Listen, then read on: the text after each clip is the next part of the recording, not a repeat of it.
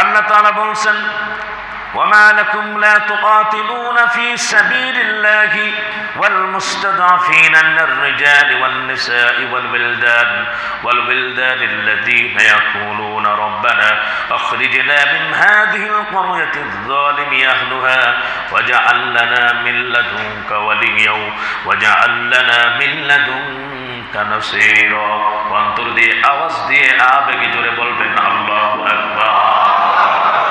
সম্মানিত ভাইরা আমার, আল্লাহ রাব্বুল আলামিন নিজেই বলছেন ওয়ামা লাকুম, তোমাদের কি হলো, লা তুকাতিলুনা ফি সাবিলিল্লাহ, তোমরা আল্লাহর পথে কেন লড়াই করতেছো না, সংগ্রাম কেন করতেছো না?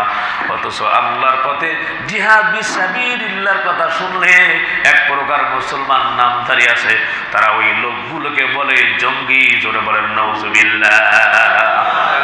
আল্লাহ তাআলা বলছেন জিহাদ ফি সাবিলিল্লাহ, আর এক পদের মুসলমান নামধারী কিছু কুলাঙ্গার, সবাই না, এরা বলে জঙ্গি। বলেন নাউজুবিল্লাহ।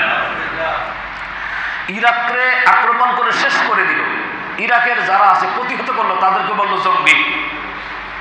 আফগানিস্তানকে শেষ করতে চাইলো, যারা প্রতিহত করলো, আমেরিকা যাইয়া হামলা করলো না, যারা প্রতিহত করলো এদেরকে আমরা দিলাম তালেবান।